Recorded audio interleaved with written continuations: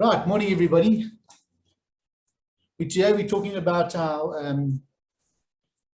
what are we talking about? Sellers, spot the difference. And this is not as simple as one would assume. So I just want you to highlight a couple of things, because typically when this goes wrong, it only goes wrong when it's lodged in the deeds office.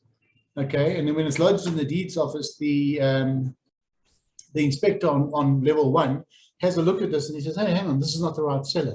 And then you go back 4 months and you start again. Because then the bank's wrong, the documents are wrong, everything's wrong.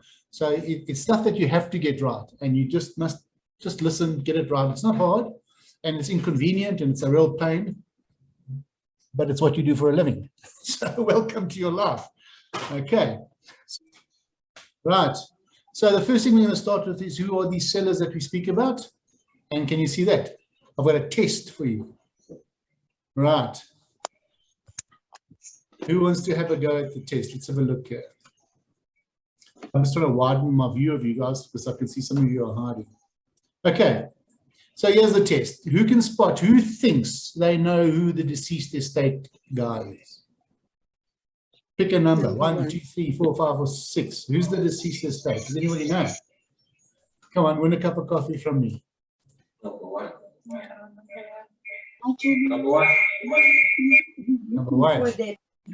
Yeah, I'm going to vote for number 1. Who votes for number 1? Deceased estate. Okay. So all of those who put their hands up for deceased estate, your cup of coffee is never happening. Why not? Because in my life, I've never sold my house to from a dead person. I've never walked in there, dipped my pen in the guy's blood and got the deal signed. You never deal with a dead guy. That's not the deceased estate. Who is the more likely one to be the deceased estate? The truth about a deceased estate is we don't know who we're dealing with. Okay? And the reason we don't know who we're dealing with, because it's an executor, and the executor is often a business, and the business has a person who's allocated to their estate. Okay, so it's not as clear as you think. Who knows about a multiple seller? Who's that one? Come on. Number 2. Somebody said 2. We've got a multiple sellers, number 2. Who else? Who votes for 2? I see Rob's reluctant because Rob knows it's a trick. Okay. Okay. Yes, you wouldn't be wrong. I'm saying I don't think you'd be wrong if it was number 2, because a multiple seller is lots of people. But the reality is, who do you deal with when you have a multiple seller? Typically, a multiple seller, and if you don't do this, you should do this, is that you should have the multiple seller authorize one person to act on behalf of the multiple seller, because you don't want to get involved in 20 people in a room. You never want to get 20 sellers into a room. All you say to them is, guys, here's a authority. It'll be a power of attorney, or it'll be some kind of letter of authority saying that Bob is entitled to act on behalf of this group, and he'll sign all the documents. When it comes to the final signing in the attorney's office, they'll all go there. But that's why the attorneys earn the big bucks. We don't want to get involved in many. Okay, company, that's an easy one. Company. Number 5. Who says number 5? I said number 5. Well, I've got bad news for you guys. I have never also had a deal signed by a building. Who owns the company? It's always going to be reduced to a person. So the more likely person to deal with if it's a company is number 3 or number 4 or number 1, actually. But it could be a dead owner, but it's a person. Okay, so when you're dealing with a company, remember that you're always dealing with a person. And the company has to authorize the person to sign on behalf of the company, and then they act for the company. Right. And number D, a trust. Okay, come on now. Now you guys know. Nobody. Those are shy. It's easy. It's the same as a company. It'll be a person. Okay, and the person will have a letter of authority that they duly authorized to act on behalf of the trust, and they will act on behalf of the trust, but it's going to be a person. So, sorry guys. So when you're dealing with companies, trusts, PTY limiteds, stockfills, anything like this, you don't have to be afraid, because all you're going to do is ask for some kind of letter of authority, giving a person the authority to sign, and you're going to deal with one person, and your life will be a better place. Okay, you never not never, but you're really going to try not to deal with multiple people. Okay. And the last one, this is for Lola. Identify Kali, Lola. 3. Well, Kali's name is in fact Bongoni Kosi, and it's number 4. So, well, I can make it up as I go along. Yeah, I think you're right. That Kali probably looks a little bit like number 3. Okay, so that is very simply just to sensitize you to the fact that sellers are not clear. It's not patently clear ever who the seller is. And who knows the simple answer? Who is the seller? Where do you find this person or this thing? Where do you get the actual information from? Very simple. Because you can't ask the person you're talking to. Lightstone. Yeah. You go to Lightstone. And when you go to Lightstone, it's got the seller's details, and it'll have a company. Then you're talking to the representative of the company. You ask him for a letter of authority for him to act on behalf of the company and to sign all the documents. And that's a resolution for a trust. It's a resolution for a company in a PTY, or some kind of letter of authority for a trust, I beg your pardon, or it's something like it'll probably be a power of attorney if it's just a software or a group of people. Okay, so there we are. Now let's get down to another thing. So let me just close that. And let me stop the share. Let me start the share again.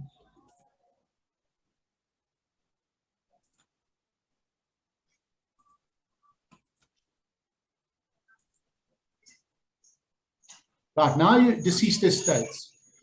The reason that I want to talk to you about deceased estates is because it's somewhat of a problem. Now, if you've done a deceased estate, I think Gary here, he will have had a fit when he got sent this document, because we have to fill this document in. Now, the reason for this is, look, the reality is a deceased estate is no different to a normal transaction. You're dealing with a seller, full stop. Okay? And the seller is, yes, number 1 in my picture. So he's lying on the lounge floor, but you are still dealing with him. And he is a juristic, he's gone from a natural person now to a juristic person. You understand? He's made the shift. So when you die, you can, at one time in your life, you're going to become a company. Okay? You're going to have the power. So if you ever wanted to own a company, die. That you are now a corporation, because you are going to get managed by a board, by some kind of authority. So when you deal with a deceased estate, you don't have to, it's not a difficult thing, because you're still dealing with an entity. It's a person, and he gets managed as if it's a company. Why? Because somebody, beg your pardon, somebody oversees his estate. And that person is called the executor, or the executrix, I think. Executor, executrix, something like that. Yeah. And they look after the affairs of the person, because obviously our friend in picture number 1 there, who's lying prostrate on the floor, is unable to attend to the signing of documents at that particular time. So he then, if somebody is appointed in terms of his will to become the executor, and you are going to deal with him. So the reason that you get this form, though, is because what happens, and what happens quite a lot, is that the deal, because look, it's very emotional, but it's much more than that. On the death of a person, nobody actually knows the process. It's very difficult, because they're all different. So it's very difficult to ask a person, an attorney even, an experienced agent, or somebody that's even lost many people. You don't know what the process is going to be, because they're all very, very, very specific to the circumstances around the person. Okay, so you need to gather information. And the reason you need to gather the information is because you don't want to get to lodgement. And inspector number 1 has a look at your papers and says, my friend, this master's letter is insufficient. I'm unhappy with it. And we had one kicked out of the deeds office the other day because the sale price had varied and there wasn't a proper letter of authority, and the estate executor was not authorized to sign at that price. So the whole thing gets bunted. So now a 6-month or 8-month process, because they take long, is now going to go for another. It's going to be a year. So, and if you want to have a bad day with estates, understand that there are estates that I know of that are over 10 years old that have not been wrapped up in 10 years. Okay, so it's not to say that that's the norm, but it's pretty certain. And I know that Gail and I were involved in a deal where we waited for, I think it was since October, November, December, January, February, March. 5 months just for the letter of authority. Okay, so everything that you've done up until 5 months later is worth 0 because you don't have the letter of authority giving you the authority to sell. So the person who signed, who was the executor, didn't have the authority of the master of the High Court, and the master of the High Court's been hacked, and they don't have computers, and therefore they can't do their job. Okay, so it's a problem. So that in the long story, the long sad story is why you need this form. So I'm just going to go through it quite quickly because each one of these things causes trouble for us. Okay, so how's the person selling related to the deceased? Because remember, you can't talk to number one. He's busy on the floor. So you're going to be talking to somebody. And that somebody hopefully is going to be the executor. If it's not the executor, this is when things turn wrong. It may be the wife or the son or the cousin or the aunt or somebody who's now assumed the role of leader in the family, and they are dealing with the property. The unfortunate thing is they've got no right to deal with the property. They've got no power. So, and it happens quite often that they do this deal and they sign everything, and then Kali, who's actually the beneficiary, says, I don't agree. And when Kali says that, your whole deal is struck to pieces. Why? Because the initial person didn't have the authority to act. Okay, so how is the person selling related to the deceased? Important. I am the son. I am the cousin. I have been appointed by the family. Okay, so now we know who you are. When did the deceased pass away? And that's important for you as the agent because they, I know, sorry, it's ridiculous, but I had a deceased estate come through past my desk. We signed the deal. And we were looking for the executor, and the agent came back into my office about 2 weeks later and said, no, they found the deceased, and the deceased isn't dead, and they've signed the document. So it's important when there is a deceased estate for the body to be real. You can't pretend it's a deceased estate and the guy lives in Pretoria. It's not, distance doesn't make death, okay? So just bear that in mind. So when the person passed away, and where did the deceased live before passing? It's important. Did they live in the premises? Are we dealing with the same property? And then this is quite an important one. Were they married at death? Now, in South African marital law, it's quite complex, as you'll know, and they're undergoing changes too, because there's South African, let's say the new Roman Dutch law that brings about this marriage, and then we get traditional law that brings together a marriage. And then you can be married in the constructs of another country, which is seen as COP here. So all of these things are important. So if a guy dies and he's a Zimbabwean, then you know one thing: he didn't live in South Africa his whole life. And then you need to ask: is this guy married in Zimbabwe? Because if he's married in Zimbabwe, or if he's married at all, there is going to be another person looking at this will. There's going to be another person looking at their estate. Okay. So was he married? Was he married? Is the spouse alive? Is she dead? Okay. Do they have children? Do they have adopted children? Do they have any kind of relations that live with them? And it's quite important. I mean, if somebody, again, one of the cases was where the person owned the house, but the sister lived in the house and been living in the house for 30 years. Now, if you want to have a bad day, pretend you can sell that house under a person who's been living there with the permission of the owner who's now dead for 30 years. And now now by some agreement that nobody knows about, the son says, yeah, but I'm the rightful heir. It's now my house and I want the aunt out. It's never going to happen. So you need to know, who are these people that are involved in it, okay? And how do they behave with it? Grandchildren, children. Was the property in the deceased's name? Okay, the reason for that is it might be in a company, and the deceased might have owned companies, might be part of a trust. All of these things impact on it. Okay. Are there any questions? It's not difficult, this. It's really not difficult. Okay. What is the municipal value of the property at the time of the death? That's important for estate duty. Now remember that this, for estate duty, yes. And for transfer duty, there won't be transfer, but there will be estate duty. Now remember, this form is being constructed as if we were appointing the attorneys here, NGL, as the executor of the estate. So they're going to do the wrapping up of the estate. But that's not the intent of this form. What the form we're using it for our purposes is to get the information so that we can have a smooth, fast, and efficient transfer. Okay. So we're not looking at this to appoint them as things, but you can do that. So that will be easier because then they're going to be the executor and they're going to do the transfer and it will go quickly. if you have an executor, now remember the executors come in different flavors. Okay, so you get executors if you go to Hamilton, Smythe, and Rothschild in New York City. They can be the executor of your estate if you want, and they will charge you, and they will do it properly, and it will take a long time.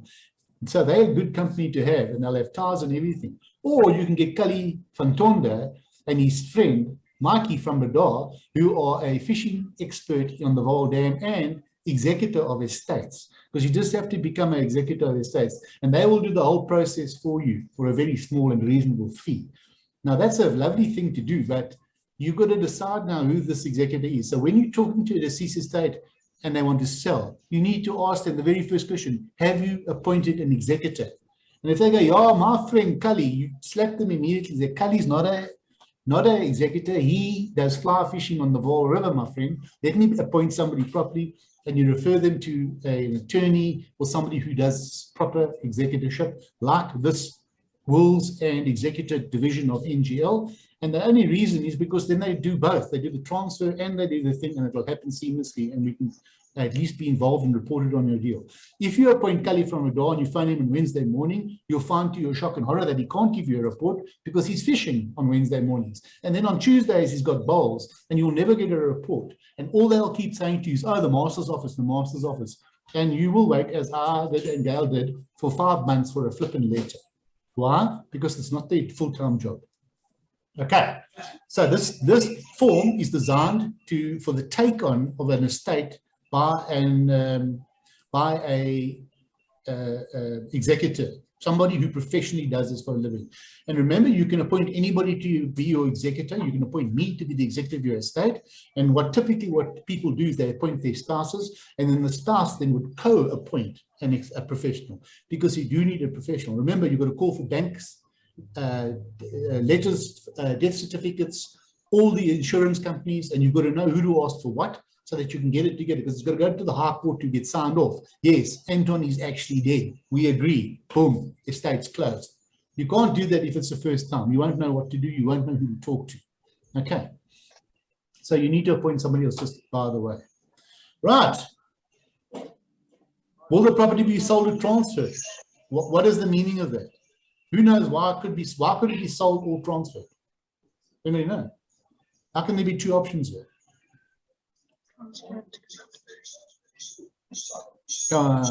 Easy. Okay, I know. The reason is because who knows? What about if they marry in a community of property and it's transferred to the wife? Yeah. Okay, so that's right. There can be two things. Okay, Bob's dead, and Bob's going to the property that Bob's got. The executor says we're selling the property. That is the wish of the beneficiaries. Or the beneficiary could be his wife. I've been living here for 50 years. I'm going to stay here for another 30. So it'll be transferred into her name. And there are no transfer fees on that. So there's no transfer duty on me. You will pay fees. Pay transfer duty, no, but you'll pay estate duty. Right.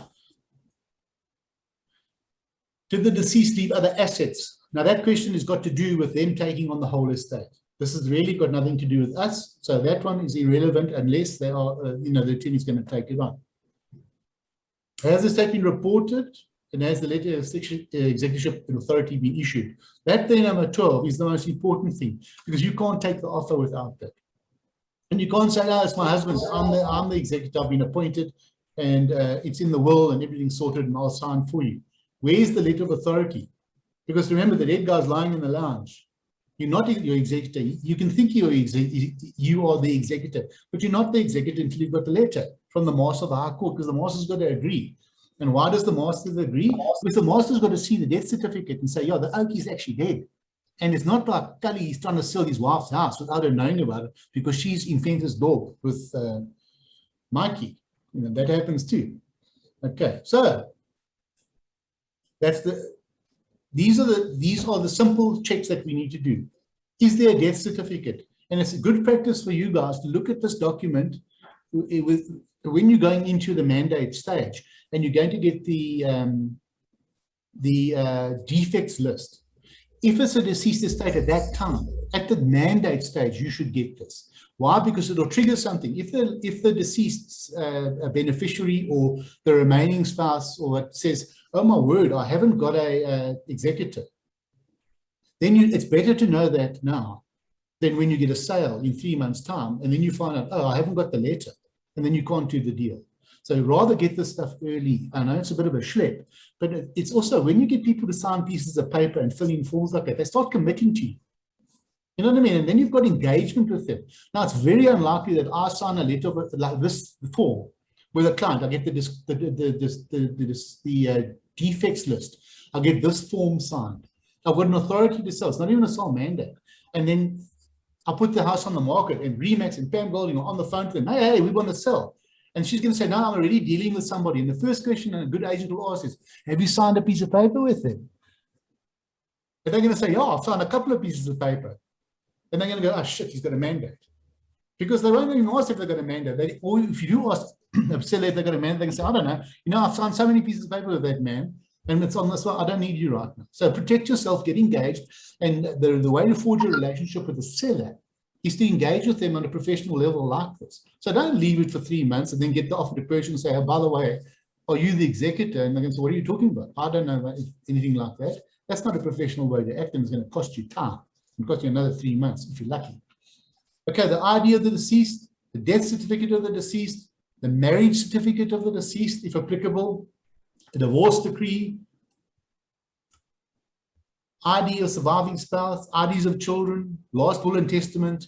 Now, this is getting into the realm of, just please try and understand here. We remember, like I said, this is for appointing of an executor, a person to do the wrap-up of the will and the estate, and us as an agent. For an agent, we do not need to see the will. So this is where you guys are going to get your professional stuff on now and say to the person, look, I'm asking this only so that we can conclude a sale. The rest of the stuff, if you've got an executor, I don't want to see your will, I don't want to see the latest proof of assets, none of that stuff, okay? You'll really freak somebody out if you start asking them for this at mandate stage. Okay, so don't do that. All we need to know is, what are we dealing with here? Is it a legitimate estate? Is the guy actually dead? Is he married? Who's the executor? Have they been appointed? Do you have a letter of authority? All of these things so that you can get your stuff together. Okay, latest rates and taxes is important. Okay, and who completed it? And then you take this form and you add it to your offer to purchase, and you send it through to the attorney of record, the attorney that's been appointed. Okay, and the attorney will look at this form and think, oh my word, Christelle is such a good agent that she has done all this work for us, and it'll make it so much easier for us to then proceed with the offer with the deal, and they don't have to wonder if they've got all this stuff. Okay, right, it's very easy. Are there any questions? Is anybody dealing with a late estate at the moment? No, there are a couple, eh? Oh, it seems to be quite popular. No. Remember, everybody's going to land up in this place, so get used to it. Okay, right. Okay, so there's nothing else to do. So take this with for what it's intended. This is intended to give us the power to act on the sale.